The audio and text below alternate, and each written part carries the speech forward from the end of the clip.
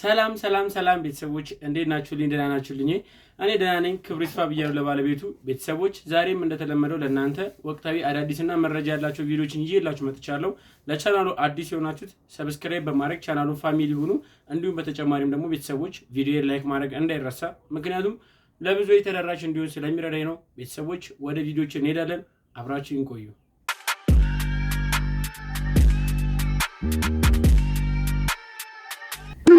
ሰው ዝም ብሎ ያልፋል ይልሻል። አያልፍም። የሚያልፍ ቢሆን ባለፈ በእናትሽ ስንት ተንከራተት። አያልፍም ግን አያልፍም። ሰው ይላል ባፍማ ቀላል ነው ያልፋል ማለት መቼ ነው? ከሞት በኋላ ወይ ራሴ ካጠፋው ከሰትኩ በኋላ ቢያልፍ ምን ዋጋ አለው? ቤተሰቦች ይህን ቪዲዮ ባየኝ ሰዓት ብዙ ሰው እህት አለው፣ ብዙ ሰው ያው በዙሪያ ያሉት ሴቶችም ይሁን በነገራችሁ ላይ ሴቶች ላይ ብቻ አይደለም ወንዶችም ብዙ በተስፋ በመቁረጥ ህይወት ውስጥ የሚኖሩ ብዙ ሰዎች አሉ እና እነሱን ሳስባቸው በጣም ያዝናሉ። ለምን ሁላችንም ያሳለፍነው ስለሆነ ነው። ብዙ ተስፋ የሚያስቆርጡ ነገሮች አሉና ይሄን ቪዲዮ ሲያዩ ያስተምረናል ብዬ ያሰብኩት ነው ይዤላችሁ መጣሁት። እና ደግሞ በተመሳሳይ ደግሞ ሌላ ይሄንን ቪዲዮ ደግሞ አለ አይደለ የሚሽር ወይ ደግሞ አስተማሪ የሚሆን የዚህ ቪዲዮ መልስ እንደሞ የምናገኝበት ደግሞ አለ። እስቲ እሱ ቪዲዮ ልጋብዛችሁ። ይሄውን ኮክ ነው አየው፣ ይሄኛው ፍሬው ነው። ይሄ እንደዘር የምትተክለው ነው፣ የምታገኘው ውጤት ግን ይሄ ነው። በዚህና በዚህ መሃል የጊዜ ልዩነት አለ።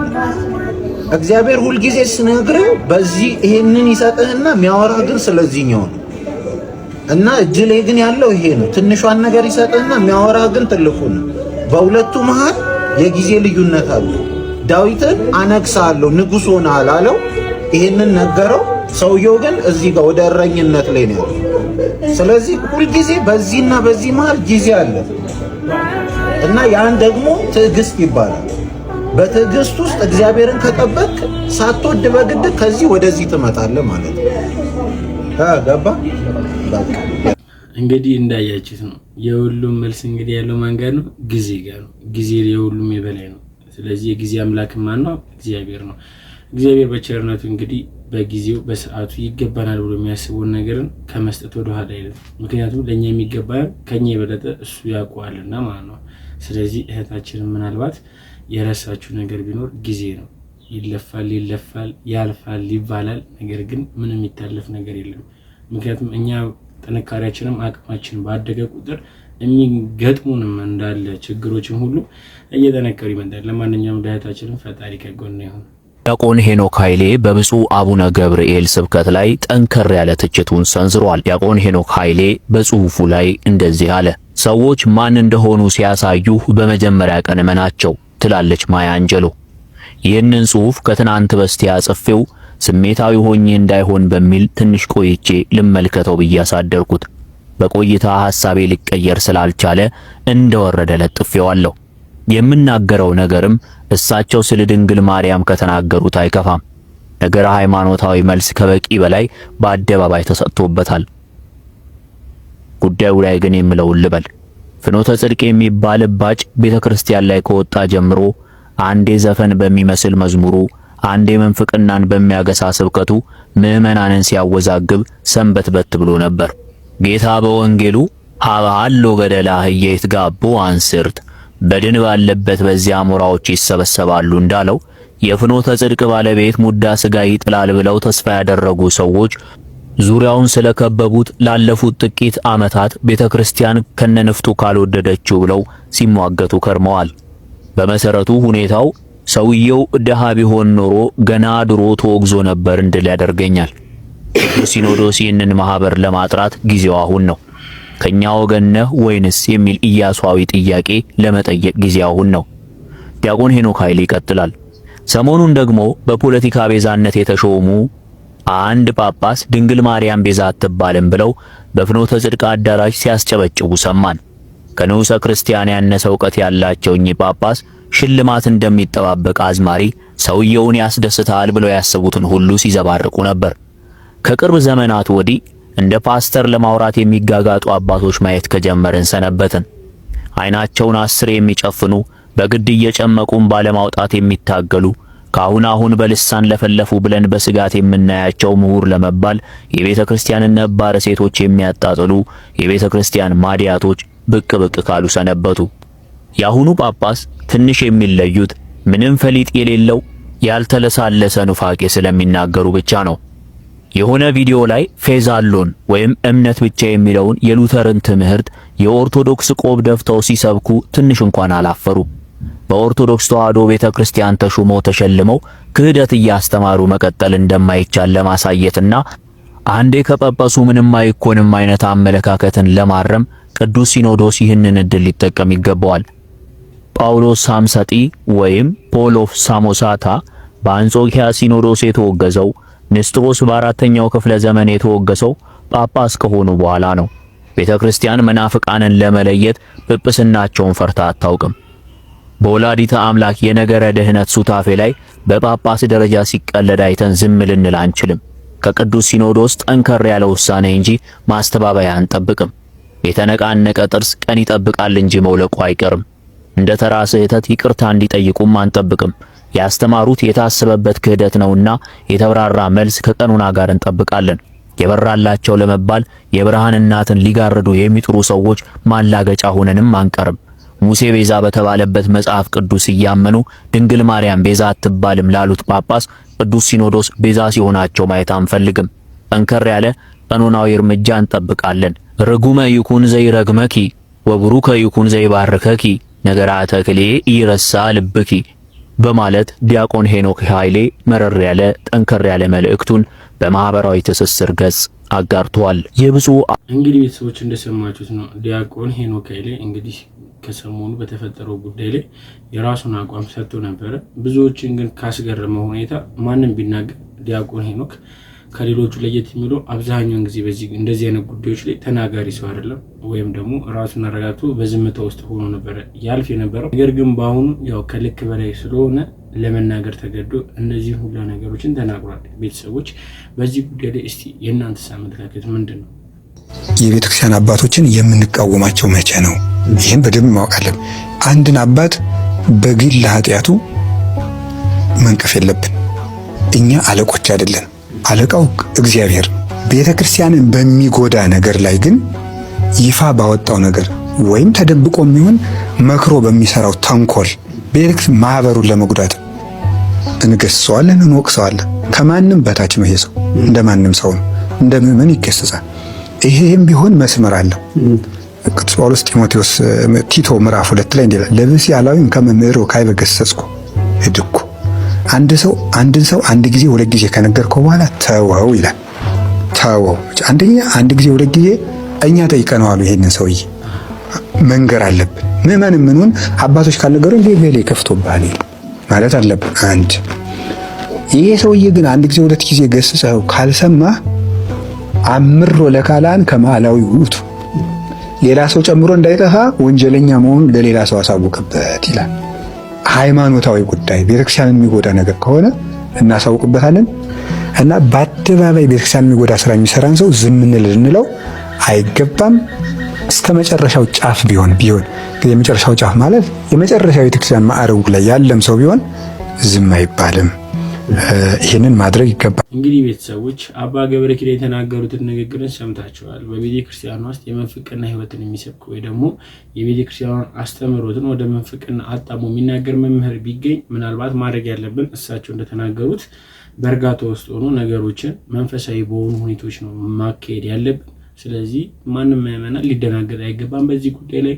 ሁኔታዎችን ደግሞ ከቀናት በኋላ የምናውቅ ይሆናል፣ የምናየውም ይሆናል። ስለዚህ ምንም የሚያስደነግጥም ጉዳይ አይደለም። ለአባታችን ግን እድሜና ጤና ይስጥልን።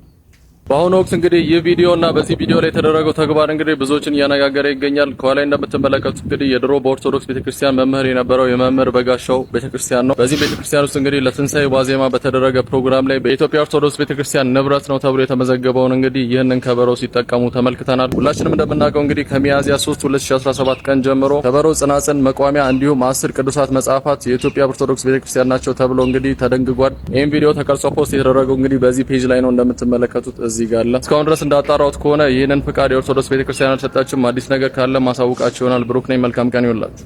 እንግዲህ ቤተሰቦች እንደሰማችሁ ነው የቤተ ክርስቲያን ንብረት ተደርጎ የተመዘገቡትን ንብረቶች ከበሮ ጽናጽል ሊሆን ይችላል ብዙ 10 ነው ቅዱሳን ጭምር ነው አንድ ላይ የተመዘገበላት እና እነዚህ ጉዳዮች ላይ በተያያዘ በበጋሻው ቸርች ውስጥ ይሄ ነገር ደግሞ ከተወሰነላት በኋላ ለአገልግሎት ሲውል ነበር። ያው የትንሳኤ ቀን ላይ ነው ይሄ ነገር ሲካሄድ የነበረው። ብዙዎቻችን ያው በአቡነ ገብርኤል ጉዳይ ወከቦ ስለነበር ይህን ጉዳይ ትኩረት ሰጥቶት የተያየም ሰውም የተናገረም ሰው የለም ብዬ ነው ማስበው እንደራሴ። እና በእንደዚህ አይነት ጉዳዮች ላይ ኦርቶዶክስ የራሷን የሆኑ ንብረቶችን መጠበቅ ባለባት ሁኔታ ላይ በቻለችው አቅም መጠበቅ መቻል አለባት ብዬ ነው ማስበው። እስቲ እናንተ በዚህ ጉዳይ ላይ ምን ብላችሁ ትላላችሁ? ሐሳባችሁ ኮሜንት ሴክሽን ላይ አጋሪ። እድሉን ሲያገኙ መድረኩን ሲያገኙ እኛን ለመምሰል ነው የሚሞክሩት። በሚጠሏት አይምሮ ውስጥ እንኳን ያላት ምስል በጣም ትልቅ ነው። ሰው ደግሞ ለመምሰል የሚሞክረው የሚያደንቀውን ሰው። እንግዲህ ፈረንጅ ሲመጣ የሚያሳዩት ነገር የኛ አለመሰል አላቸው። ስለዚህ ከዚህች ቤተክርስቲያን ብንዋስ ሳይሻል አይቀርም ብለው ነው። እና ክብራቸው ነች ቤተክርስቲያን ማለት ነው። አሁን ኦርቶዶክስ ቨርሰስ ምናምን ሲባል ታያለ እንደ ቦክስ ግጥሚያ ማለት ነው። እና ቤተክርስቲያን ክብሯ በጣም ሌላ ነው። የኢትዮጵያ ኦርቶዶክስ ተዋሕዶ ቤተክርስቲያን ቦታዋ እገሌ ቨርሰስ እገሌ ላይ መግባት አይደለም። የኢትዮጵያ ቤተክርስቲያን ቦታዋ ሲና ተራራ ላይ የሆነው ነው። የቆምክባት ስፍራ የተቀደሰች ናትና ጫማህን ከእግርህ አውልቅ ነው። ስለዚህ የኢትዮጵያ ቤተክርስቲያን ወደሷ ለሚመጡና ከሷ ተቃራኒ ለሆኑ ሰዎች ሁሉ የምትለው ወደዚህ እንዳትቀርብ መጀመሪያ ጫማህን አውልቅ ነው ማለት ነው። ይሄ ነው ቦታዋ በነገራችን። እና ወርደን ባናወርዳት ጥሩ ነው። ቤተክርስቲያን ያለ ኩያዋ እንድትውል ለማድረግ ሁሉ ነገር የሚያምርባት፣ አደባባይ ብትወጣ የሚያምርባት፣ ብትዘምር የሚያምርባት፣ ቦታውን መቀየር ብትችል፣ ብትቀብር የሚያምርባት ኢትዮጵያ ቤተክርስቲያን ትቅበር። ሌላውን ቶ ስትቀብርህ ታሳምረዋለች። እንግዲህ ዲያቆን ሄኖክ የተናገረው ሰምታችኋል። ቤተሰቦች በእንደዚህ አይነት ጉዳይ ላይ ምንም ጥያቄ የለውም እና ውበት የሆነ እምነት ውስጥ መገኘት ራሱ መታደል ነው። ቤተሰቦች በውጭ ያሉትንም ደግሞ ልቦና ሰጥቷቸው በደጁ ለመሰብሰብ ያብቃቸው። ጉዳዩ በጣም የከረረ ጉዳዩ ደግሞ በጣም ሲሪየስ መሆኑን ያየንበት የዲያቆን ሄኖክ ኃይሌ ብዙ ጊዜ ሐሳብ ስለማይሰጥ በቸልታ የሚታለፍ ነገር አይደለም ይሄ ነገር። እንደውም ለምጠቀመው ቃሉላ ይቅርታ በማለት ነበር የጀመረውና እኛም ደንግጠናል። ስናየው ደንግጠናል። ያስደነገጠን ምንድነው? በዚህ አይነት ስሜት አይተነው ስለማናይ ይሄ ኑፋቄ ስለሆነ ይሄ በጣም ትክክል ስላልሆነ የተወሰነ ፖይንት ብቻ ስለ ብፁዕ አባታችንና ስለ ፍኖተ ጽድቅ የተባለውና አንብና ወደ ቀጣይ ሐሳባችን እንሄዳለን። ፍኖተ ጽድቅ የሚባል እባጭ ቤተክርስቲያን ላይ ከወጣ ጀምሮ አንዴ ዘፈን በሚመስል መዝሙሩ፣ አንዴ ምንፍቅናን በሚያገሳ ስብከቱ ምዕመናንን ሲያወዛግብ ሰንበትበት ብሎ ነበር።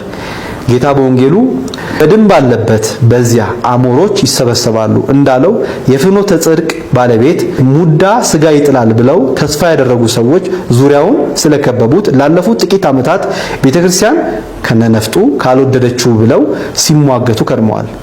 በመሰረቱ ሁኔታው ሰውየው ደሃ ቢሆን ኖሮ ገና ድሮ ተወግዞ ነበር እንድንል ያደርገኛል። ቅዱስ ሲኖዶስ ይህንን ማህበራት ለማጣራት ጊዜው አሁን ነው፣ ከኛ ወገንህን ወይንስ የሚል ኢያሱዊ ጥያቄ ለመጠየቅ ጊዜው አሁን ነው ይላል።